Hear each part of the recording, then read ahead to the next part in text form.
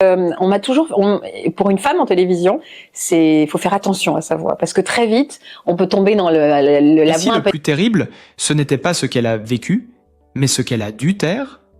On raconte qu'un soir, dans un couloir désert de France Télévisions, Faustine Bollaert s'est arrêtée net, les yeux encore brillants, avant de murmurer « Cette fois, je ne peux plus protéger la vérité ». Que s'est-il passé derrière les portes fermées de son mariage avec Maxime Chatham pour qu'une femme aussi forte, aussi pudique, cesse enfin de se taire? Voici ce qu'elle n'avait jamais osé révéler. Faustine Bollaert ose enfin révéler les horreurs de son mariage avec Maxime Chatham. Mais comment une femme si solide, si lumineuse, a-t-elle pu en arriver là? Avant que son monde ne vacille, Faustine Bollaert était l'un des visages les plus aimés du paysage médiatique français.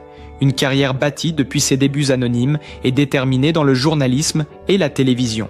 Mais ce que personne n'imaginait, c'est que derrière cette ascension tranquille, derrière ce sourire tendre qui apaisait les après-midi français, Faustine portait déjà en elle une fêlure silencieuse. Alors, une question demeure, lancinante. Comment une femme si profondément tournée vers les autres, si attentive, a-t-elle pu sombrer sans que personne ne voie rien? Comment a-t-elle pu traverser des nuits entières, à deux, tout en se sentant plus seule qu'elle ne l'avait jamais été? Et surtout, qu'a-t-elle enfin décidé de révéler après des années de silence? Car pour comprendre l'onde de choc de cette confession tardive, il faut revenir à cette femme de lumière, à cette présence délicate qui, depuis ses débuts à télé, 7 jours, puis sur les plateaux de France Télévisions, semblait incarner la stabilité, la douceur, l'équilibre. Faustine, pour le public, c'était l'écoute incarnée, la bienveillance vivante. Elle accueillait les douleurs des autres comme si elles pouvaient se dissoudre dans sa voix.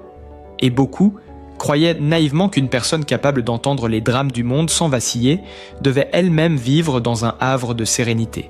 Mais ce que cette femme extraordinaire a fini par admettre bien plus tard, c'est que, durant des années, elle n'a pas seulement porté les blessures des autres. Elle portait aussi les siennes, invisibles, et profondément enfouies. Et ces blessures-là, personne ne les voyait.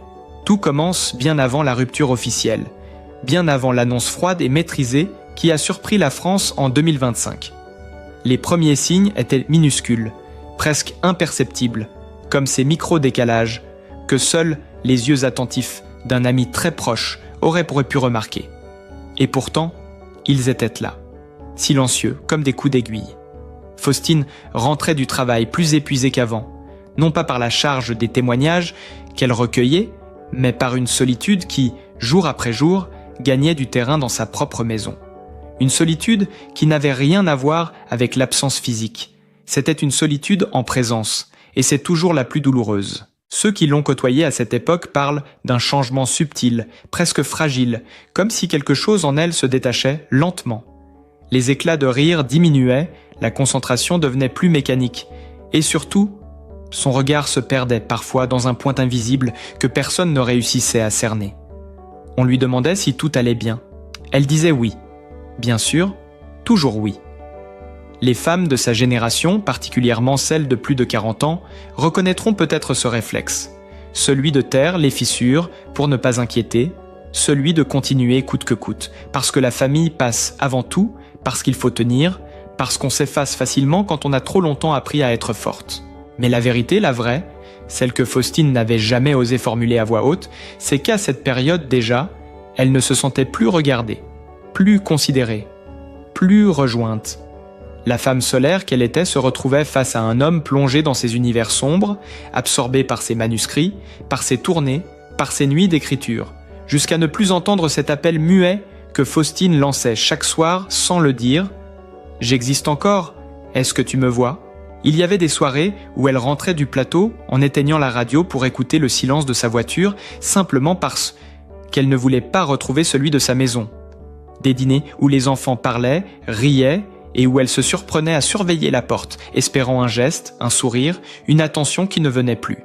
Une femme peut encaisser 1000 charges, 1000 obligations, 1000 responsabilités, mais il suffit d'une seule absence, une absence persistante, indifférente, pour fissurer une vie entière. Et pourtant, Faustine gardait tout pour elle, par pudeur, par loyauté, par espoir aussi, car on espère toujours un peu trop longtemps. Elle se disait que ce n'était qu'une période, qu'un livre en cours, qu'un stress passager. Elle se disait qu'il reviendrait vers elle comme avant, avec cette tendresse qui les avait unis. Mais parfois, ce qui s'éteint ne se rallume plus.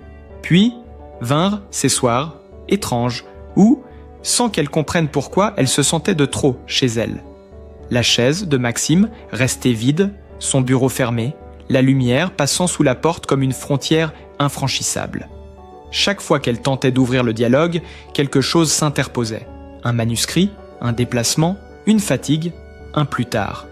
Un pas maintenant, qui répété encore et encore, devenait une sentence. Jusqu'au soir où ce mot, prononcé d'une voix lasse, a résonné comme une gifle qui ne fait pas de bruit. Et ce soir-là, quelque chose en elle s'est rompu. À partir de ce moment, Faustine a commencé à vivre en apnée, comme si chaque journée était une course pour sauver ce qui ne voulait plus l'être. Elle essayait, elle insistait, elle espérait, mais elle se heurtait à une absence plus lourde que toutes les disputes, l'indifférence. C'est cela qu'elle a finalement révélé, bien des mois plus tard. Ce n'était pas des cris, pas des conflits, pas des affronts. Non, c'était pire. C'était une lente érosion, presque invisible, une usure qui transforme la tendresse en distance, puis la distance en vide.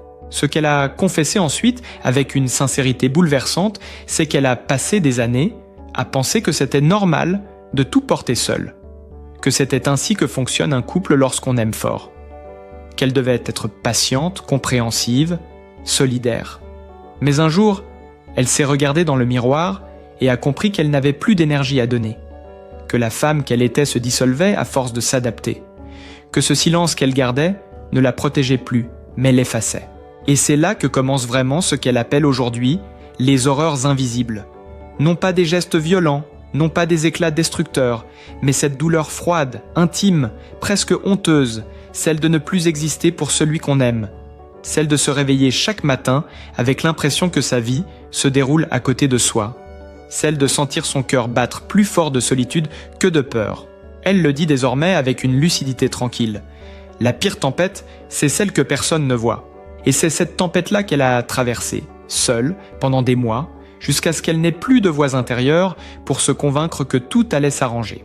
Mais ce que Faustine n'avait pas encore avoué, c'est qu'un jour, au cœur de cette tempête silencieuse, quelque chose a finalement basculé. Non pas un drame visible, non pas un événement spectaculaire, mais un instant d'une simplicité tranchante, presque ordinaire, qui a pourtant redessiné le reste de sa vie. Un instant que beaucoup de femmes et d'hommes, surtout après 40 ans, reconnaîtront peut-être parce qu'il ressemble à ce moment où l'on cesse de se mentir à soi-même. Ce moment où l'on comprend que la douleur que l'on porte n'est plus celle d'une crise passagère, mais celle d'un choix répété de la part de l'autre. Et c'est précisément cet instant-là que Faustine a décidé de révéler pour la première fois. Ce soir-là, elle rentrait tard. Le plateau avait été éprouvant, les témoignages lourds, les émotions brutes. Elle avait porté les histoires des autres, comme elle le faisait depuis des années, avec cette empathie rare qui semblait faire partie de son ADN. Mais en franchissant le seuil de sa maison, c'est un autre poids qui est tombé sur ses épaules, plus intime encore que les confidences qu'elle recueillait chaque après-midi. La maison était plongée dans une semi-pénombre. Les enfants dormaient. Le silence, d'abord paisible, s'est peu à peu transformé en une sorte d'écho vide. Celui que l'on ressent quand on sait que l'on rentre chez soi, mais que l'on ne rentre plus vraiment dans une vie à deux. Elle a traversé le couloir, retirant lentement son manteau, comme si chaque geste devait être mesuré pour ne pas faire effondrer quelque chose d'encore fragile. Puis, elle a vu la lumière filtrer sous la porte du bureau de Maxime, une lumière blanche qui ne tremblait pas, une lumière qui disait qu'il était là, présent, physiquement, absent, autrement. Ce soir-là, elle n'avait pas envie de parler d'un conflit, ni d'une inquiétude, ni d'un doute. Elle voulait simplement être entendue. Elle voulait, pour une fois, que sa propre voix trouve un espace dans leur maison. Elle a frappé doucement, une seule fois. Pas pour déranger, mais pour signifier « Je suis là, j'existe encore ». Il n'y a pas eu de réponse. Alors elle a ouvert la porte. Maxime écrivait, absorbé dans ses pages comme s'il se trouvait dans un autre monde. Le cliquetis du clavier était presque hypnotique, régulier, imperturbable. Elle a murmuré son prénom. Il n'a pas levé les yeux. Alors elle a dit, plus doucement encore, « J'ai besoin de te parler ». Et c'est à ce moment précis que tout a basculé. Sans la regarder, sans interrompre son geste, il a simplement lâché. Pas ce soir. Un mot. 3 syllabes. Rien d'agressif, rien de frontal.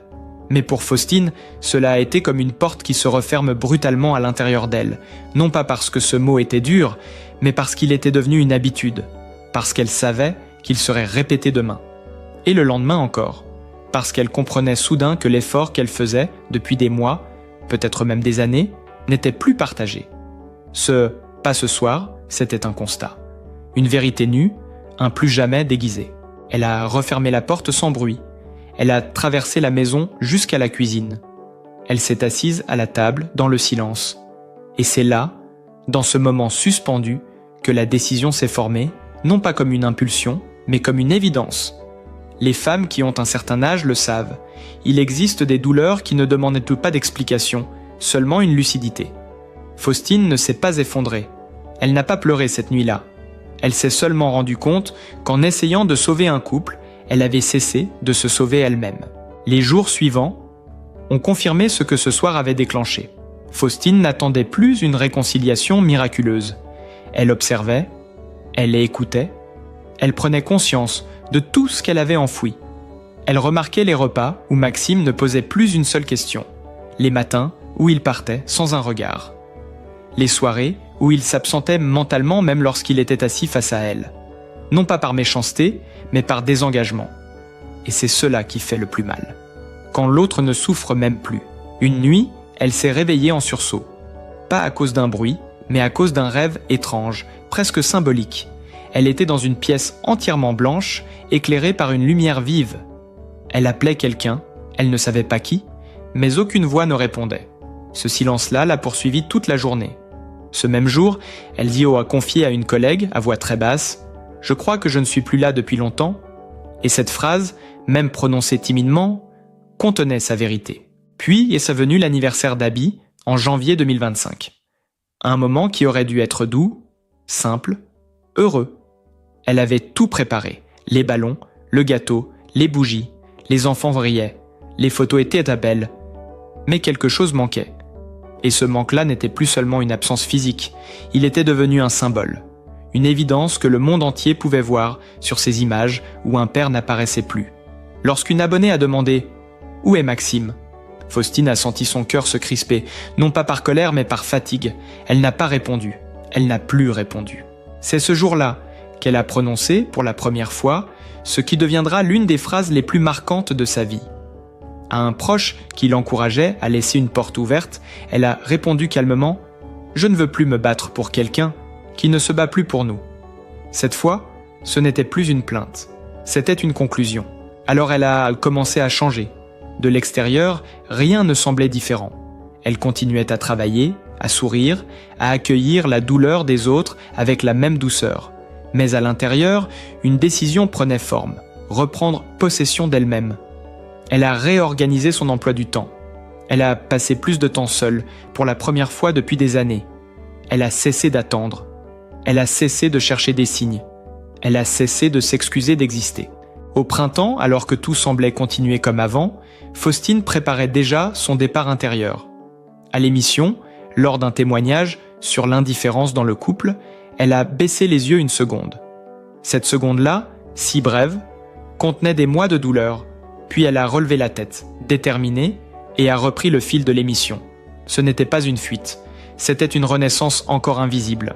Personne ne le savait encore, mais Faustine avait déjà franchi la frontière. Celle où l'on ne demande plus à être aimé comme avant, mais où l'on choisit d'être aimé autrement, d'abord par soi-même.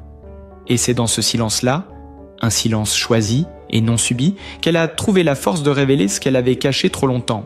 Mais ce que beaucoup ignorent encore, c'est que la véritable histoire ne s'arrête pas à la rupture, ni même à la révélation de ces années de solitude silencieuse. Le plus bouleversant commence après.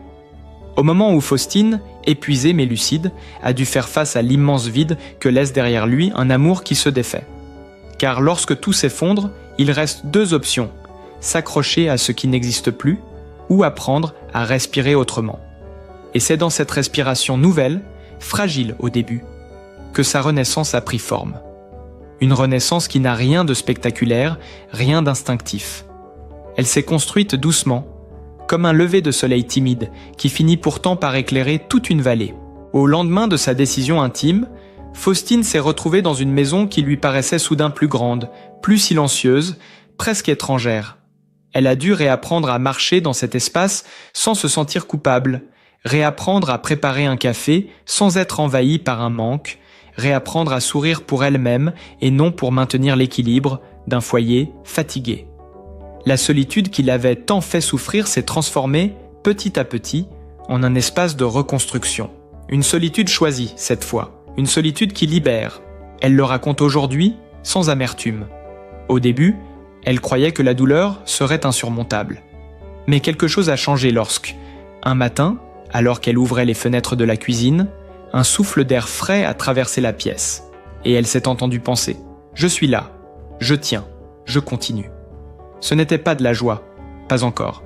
C'était une forme de paix, encore fragile, mais réelle. Une paix qui ressemblait à un début de réconciliation avec elle-même.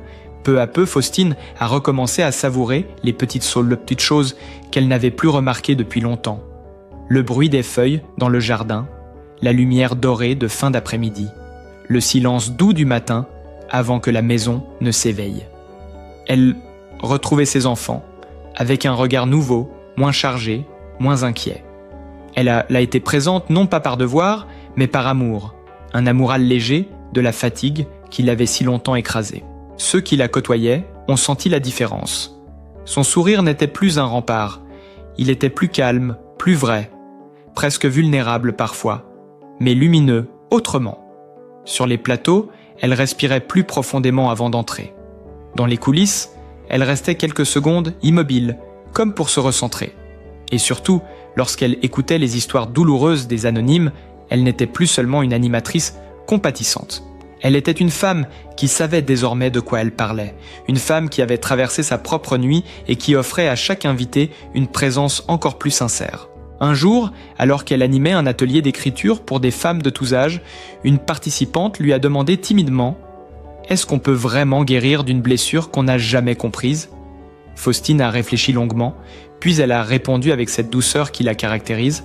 On guérit le jour où on accepte que certaines réponses ne viendront jamais, et que ce n'est pas grave. Ce qui compte, c'est la place qu'on laisse à la suite. Cette phrase, simple, résume toute sa transformation. Elle ne cherchait plus à réécrire ce qui avait échoué. Elle apprenait à aimer ce qui restait. Ses enfants, son travail, sa liberté retrouvée. Et surtout, cette femme qu'elle redevenait peu à peu. Le printemps a marqué une étape importante. Un matin d'avril, après une nuit de pluie, elle a décidé d'emmener ses enfants marcher dans un parc près de Paris. La lumière filtrait entre les branches, encore humides. Abby courait devant, Peter riait en sautant dans les flaques. Faustine les observait, le cœur serré mais apaisé. Elle a sorti son téléphone et a pris une photo, sans penser à l'effet qu'elle ferait. Sur l'image, on la voit marcher à leur côté, légèrement en retrait, enveloppée d'une lumière douce, presque symbolique. Elle a posté la photo, sans commentaire. Puis, quelques minutes plus tard, elle a simplement ajouté 3 mots. Après la pluie. Ce n'était pas un message pour Maxime, ni pour le public. C'était une phrase pour elle-même, un constat, un souffle, une forme de gratitude. Car ce jour-là, pour la première fois depuis longtemps, Faustine a senti en elle une force nouvelle, celle d'accepter ce qui avait été, sans colère, sans regret inutile. Celle de reconnaître que parfois, les histoires les plus belles se terminent silencieusement, non pour punir, mais pour libérer. Dans les semaines qui ont suivi, elle a cessé de chercher des explications. Elle a cessé de revisiter les scènes du passé en espérant y trouver une clé. Elle a compris que la guérison ne vient pas de la compréhension parfaite, mais de l'acceptation lucide. Elle a compris aussi qu'on ne répare pas toujours les liens qui se défont, mais qu'on peut réparer les morceaux de soi-même qui restent. Et c'est peut-être cela, la vraie réconciliation. Non pas retrouver l'autre, mais se retrouver soi. Aujourd'hui encore Faustine ne parle pas en termes d'échec.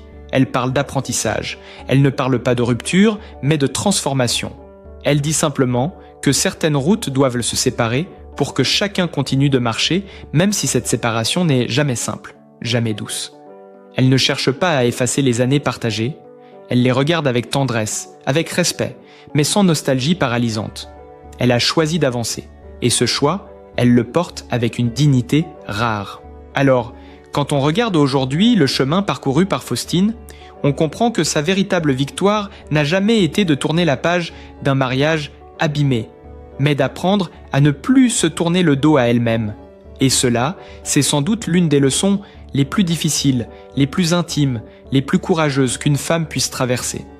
Elle a accepté que certaines histoires ne s'écrivent pas comme on l'espérait, que certains élans ne reviennent pas, que certaines présences s'effacent, même involontairement, mais elle a aussi découvert que parfois, ce qui semble être une fin n'est en réalité qu'un passage vers une version plus vraie, plus libre, plus alignée de soi. Pendant longtemps, elle a cru que le pardon était un devoir, presque un réflexe, une forme de sagesse inévitable. Mais elle a compris que pardonner ne signifie pas oublier, ni cautionner, ni effacer. Pardonner, c'est parfois simplement reconnaître qu'on ne portera plus les mêmes attentes, qu'on ne nourrira plus la même peine. Et ne pas pardonner, dans certaines situations, peut être un geste de protection, un geste d'amour envers soi-même, un geste qui dit « je mérite un espace où je peux exister pleinement ». Ce qui a changé Faustine, c'est cette idée profonde, presque philosophique, que l'on peut aimer quelqu'un sincèrement sans pour autant rester prisonnier de ce que cet amour est devenu, que l'on peut honorer le passé sans y être enchaîné, que l'on peut souhaiter le meilleur à l'autre tout en choisissant un autre chemin pour soi. Ce n'est pas de la rupture, ce n'est pas du reniement. C'est une forme d'évolution intérieure, comme un arbre qui, après une tempête, décide de pousser dans une autre direction pour survivre. Dans ses interviews récentes, elle ne parle jamais de faute, jamais de reproche. Elle ne cherche pas à convaincre ni à s'expliquer. Elle parle de respect, de maturité, d'équilibre. Elle parle de ce moment où l'on arrête de chercher les pourquoi et les comment, et où l'on commence simplement à accueillir ce qui est. Ce n'est pas de la résignation, c'est de la clarté. Elle dit souvent « Il arrive un moment dans la vie où l'on ne choisit plus la douleur que l'on connaît, mais la paix que l'on ose. » Et cette phrase, à elle seule, raconte tout son chemin. Cette paix, elle ne l'a pas trouvée du jour au lendemain. Elle l'a construite, pas à pas, sans bruit. Elle l'a trouvée dans les petites joies du quotidien, dans les regards tendres de ses enfants, dans la reconquête d'un temps qu'elle avait longtemps offert aux autres. Elle l'a trouvée dans ses longues promenades où elle respirait enfin, sans sentir le poids d'un foyer qui reposait sur ses épaules. Elle l'a trouvée dans ses lectures, dans l'écriture, dans ce goût pour l'humain qu'elle n'a jamais perdu. Elle l'a trouvée surtout dans le droit qu'elle s'est accordé, celui de ne plus se sacrifier. Et il y a quelque chose de profondément émouvant dans cette renaissance silencieuse, quelque chose qui parle à chaque femme, à chaque homme, qui est déjà passé par l'usure, par la lassitude, par ce sentiment invisible d'être devenu transparent dans sa propre vie. Quelque chose qui touche tous ceux qui ont un jour eu l'impression de survivre plus que de vivre. Parce que l'histoire de Faustine n'est ni spectaculaire, ni romanesque. C'est une histoire humaine, authentique, universelle. Celle de quelqu'un qui s'est longtemps oublié, puis qui a décidé de se retrouver. Sa force ne vient pas de sa rupture, mais de ce qu'elle en a fait. Elle aurait pu devenir amère, en colère, recroquevillée. Mais elle a choisi l'inverse. Elle a choisi la douceur, la simplicité, l'apaisement. Elle a choisi de parler sans accuser, de confier sans humilier, de dire la vérité sans blesser. Ce choix-là, ce geste-là, révèle une maturité rare, une élégance que l'on ne peut qu'admirer. Et peut-être que c'est cela, au fond, la dernière leçon que nous offre Faustine Bollaert. Il n'y a pas de honte à dire que l'on a souffert. Il n'y a pas de faiblesse à reconnaître que l'on n'a pas été heureux. Il n'y a pas de faute à reprendre sa liberté quand on comprend que l'amour ne se partage plus dans les deux sens. Ce sont des gestes de vie, des gestes de survie parfois, mais surtout des gestes de respect envers soi-même. Alors si cette histoire vous a touché, si elle vous a parlé, si vous y avez reconnu un morceau de votre propre vie, ou simplement si vous avez envie de soutenir ce travail de narration sincère, humaine, intime, n'hésitez pas à laisser un commentaire, à partager votre ressenti, peut-être même votre propre expérience si vous en avez la force. Un simple mot peut parfois aider quelqu'un à se sentir moins seul. Et bien sûr, si vous souhaitez continuer à découvrir d'autres parcours, d'autres vérités murmurées, d'autres histoires qui révèlent ce que l'on ne dit pas toujours à voix haute, pensez à liker cette vidéo, à vous abonner à la chaîne et à activer la cloche pour ne manquer aucun de nos prochains récits. Merci d'avoir partagé ce moment avec nous. Vous n'imaginez pas à quel point votre présence compte.